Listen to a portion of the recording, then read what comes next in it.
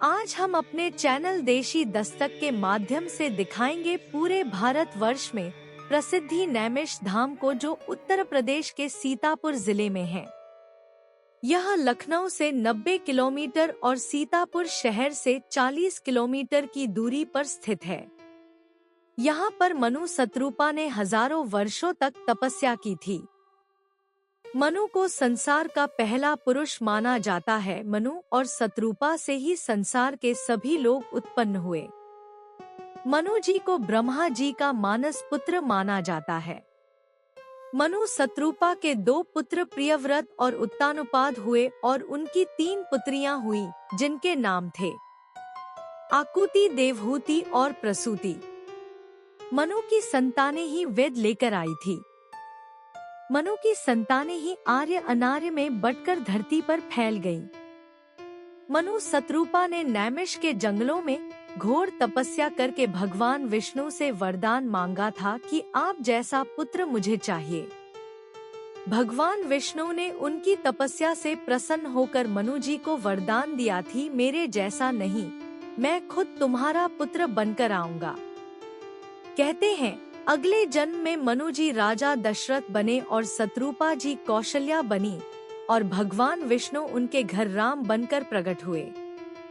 नैमिषारण्य में सबसे लोकप्रिय तीर्थ स्थलों में से एक चक्र तीर्थ है। एक पौराणिक कथा के अनुसार यह वही स्थान है जहां भगवान ब्रह्मा के चक्र ने पृथ्वी में एक छेद किया था, जिसके परिणामस्वरूप पानी का एक विशाल भंडार उत्पन्न हुआ था।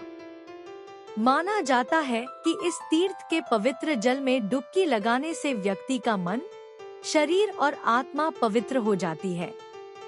नैमिषारण्य के महत्वपूर्ण धार्मिक स्थलों में से एक वेद व्यास आश्रम भी है, जिसको व्यास गद्दी के नाम से भी जाना जाता है।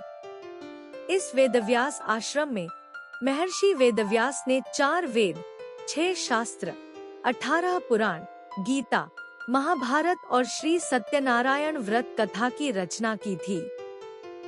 उन्होंने अपने शिष्यों जैमिनी, शुकदेव जी, सूत जी, अंगिरा और पैल को श्रीमद् भगवद गीता और पुराण का उपदेश दिया था। व्यास गद्दी चक्रतीर्थ से दक्षिण की ओर लगभग 1 किमी की दूरी पर स्थित है। व्यास गद्दी आश्रम एक विशाल बरगद के पेड़ के नीचे स्थित है, जो अनादि काल से मौजूद है। यहाँ एक बहुत पुराना बरगद का पेड़ है। ऐसा माना जाता है कि जो कोई इस प्राचीन बरगद के पेड़ के नीचे योग करता है, उसे असाध्य रोगों से भी छुटकारा मिल जाता है। इस प्राचीन वटवृक्ष के बारे में कहा जाता है कि यह 5000 वर्ष से भी अधिक पुराना है। अब बात करते हैं नैमिष के सबसे पौराणिक और प्राचीन मंदिर मां ललिता के।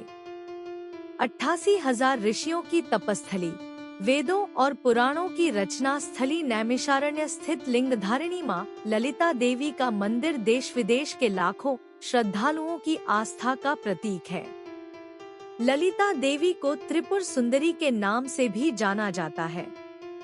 108 शक्ति पीठों में शुमार इस देवी मंदिर में प्रतिदिन सैकड़ों श्रद्धालु आते हैं।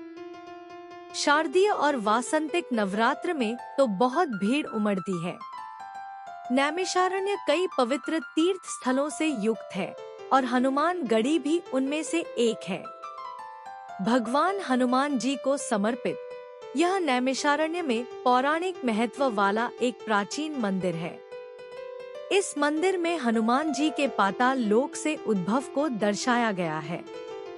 नैमिष में देव देवेश्वर के नाम से भगवान शंकर का भी प्राचीन मंदिर है, जहां सावन महीने में भक्तों की बहुत भीड़ होती है।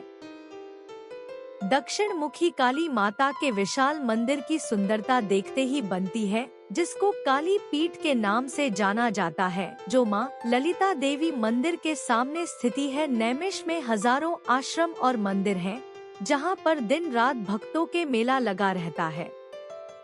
अब आपको रूबरू करवाते हैं नैमिष के अलौकिक शिव मंदिर देव देवेश नाथ की, जहां पर सबसे ज्यादा रुद्राभिषेक होते रहते हैं।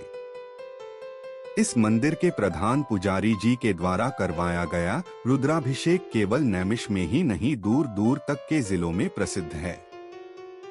उनके पास बहुत दूर दूर से भक्त भोलेनाथ का अभिषेक करने आते रहते हैं।